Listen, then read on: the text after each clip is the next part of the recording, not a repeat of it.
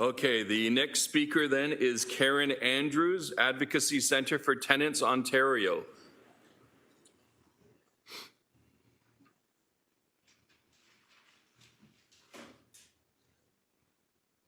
Good afternoon. Good afternoon. I will just go, and is there a... We need you to get close to the mic. I beg your pardon, and do colors change or something with my 5 minutes? Because I'm quite committed to doing it in 5 minutes. Well, there's a ding-a-ling or something that happens, so. All right. And the chair, who's the other ding-a-ling, will remind you if you have missed it. Well, that's not true, and thank you. Just pull the microphone down a little bit because we are broadcasting. And I hope they didn't hear that last comment of mine, but I don't know. Go ahead, Karen, when you're ready, and just relax and go for it.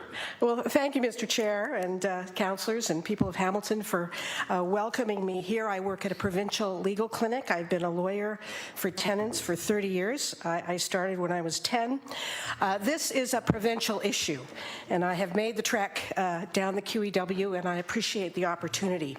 As I say, I've been a lawyer for 30 years. For the first 5 years of my tenant practice, I never saw a dirty trick eviction, ever. We had effective rent control. If you got rid of a tenant for arrears or some kind of interference issue, the next tenant paid the same amount of rent. We had the Rental Housing Protection Act. That was very important. The Rental Housing Protection Act said, landlord, you cannot displace the tenant unless you get municipal approval. And they didn't go to the trouble, and people stayed in place. And government actually built a lot of affordable housing when I started this work. I teach at Osgoode Hall Law School. I would say some of my best students are from Hamilton. They always write about housing. They always write about gentrification. We go through the statute. We talk about displacement, rent eviction, gentrification, white painting.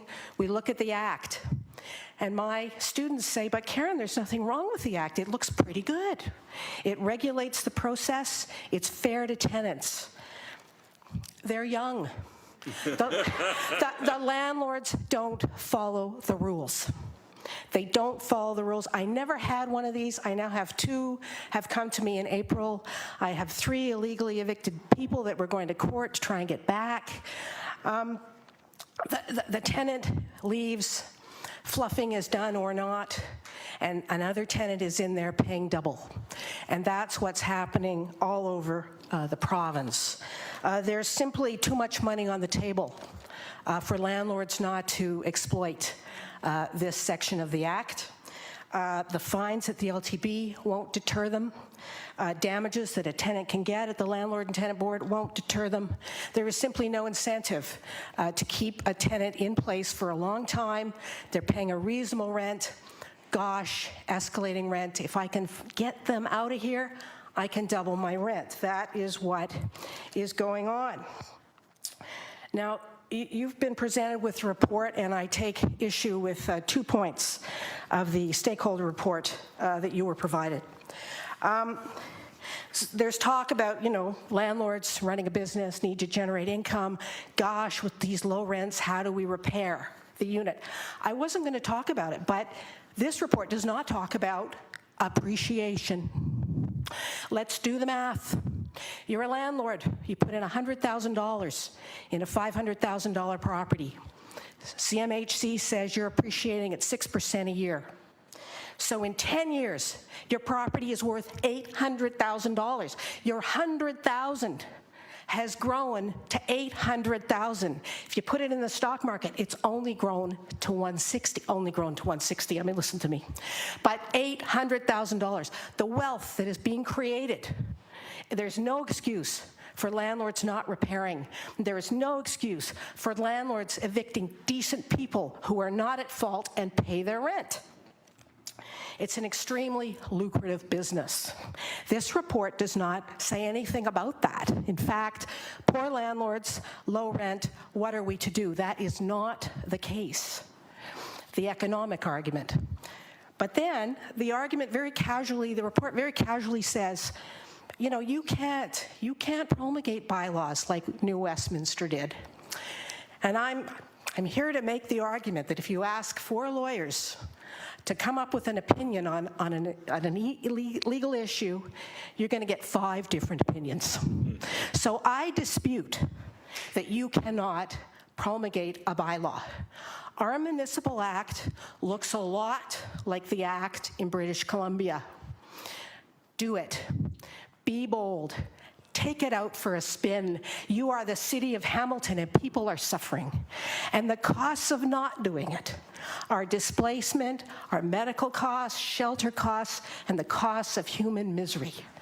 And if you bring in a bylaw and somebody challenges it, it only means that bylaw is effective. And take them on. Take them on for everybody in your community to keep your community healthy and stable. So thank you very much for your time, and I wish you well, and I hope you stop this, because Hamilton, we used to send our housing problems to Hamilton, and Hamilton is saying to Toronto, stop calling us. We have our own crisis. Thank you.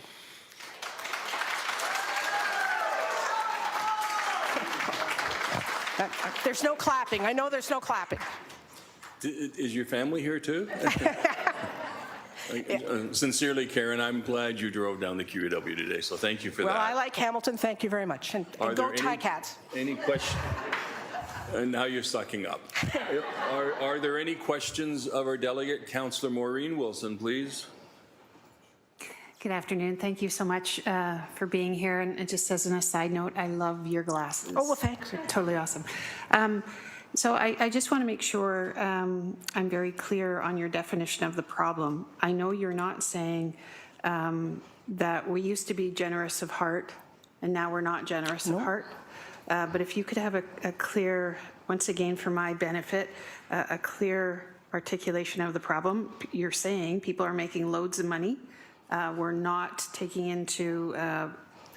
into consideration the appreciation that all property owners have enjoyed, not just multiple dwelling owners, but just so I clearly understand, and thank you through the chair. Thank you, Councillor. Karen, please.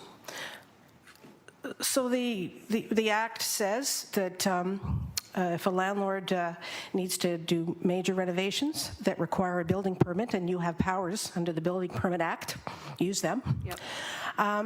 And you go to a tenant and I need vacant possession, the Act is very clear that that tenant has a right of return at the same rent. And the problem is that on the ground, landlords are saying, well, this doesn't make any sense. I've just put $30,000 into the unit. I'm going to get the same rent. I'm going to list it on something, and I'm going to get a tenant that is not paying $700 a month, but you know, I'm helping a guy, his has gone from $700 to $2,800 a month. So that's the problem. And once the tenant is out of possession, and the landlord is standing there with the door closed and there's a new tenant in the building, we're working on trying to convince judges that the tenants have a right to go back, but that's a hard argument to make. So landlords are not playing by the rules, in my experience. Now, maybe there are landlords that do play by the rules, but this particular problem is landlords who get the tenant out and put a new tenant in when they should not, when the original tenant paying the original rent had a right to come back. Councillor? So if I've understood you correctly, given the heightened value of the soil, it's causing a real disincentive to maintain that rent, to invest perhaps and fix capital or not, or to maintain the rent as it is, because given the market as it is and given the scarcity of the market, yeah. The attractiveness of a higher return is just... Well, landlords are of the view that they're not making enough money. Now, I think they're making a lot of money. So the tenants are paying their mortgages. So rent is not the biggest part of a landlord's wealth. The appreciating property is. So we never talk about that, and landlords never talk about that. So I still think with effective rent control, you can make a good living renting apartments. And I see none of these dirty tricks from the big players. You know, they know the rules. these big complexes, they've got a third of the unit are old ladies who have been there since 1972. A third of them are people that have been in 10 years. A third of them, my gosh, I can get more rent because you're new to me. And they run a portfolio and they run margins and they seem very happy with the money they're making.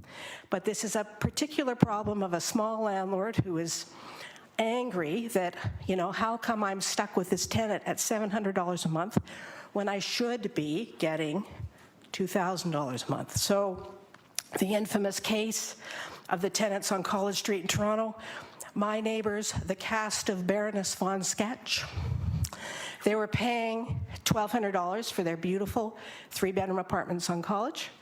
They were rent-evicted and displaced. And this is all public record. I mean, we have confidentiality stuff, but this is public record. The landlord put in tenants that were paying $4,500 for their units.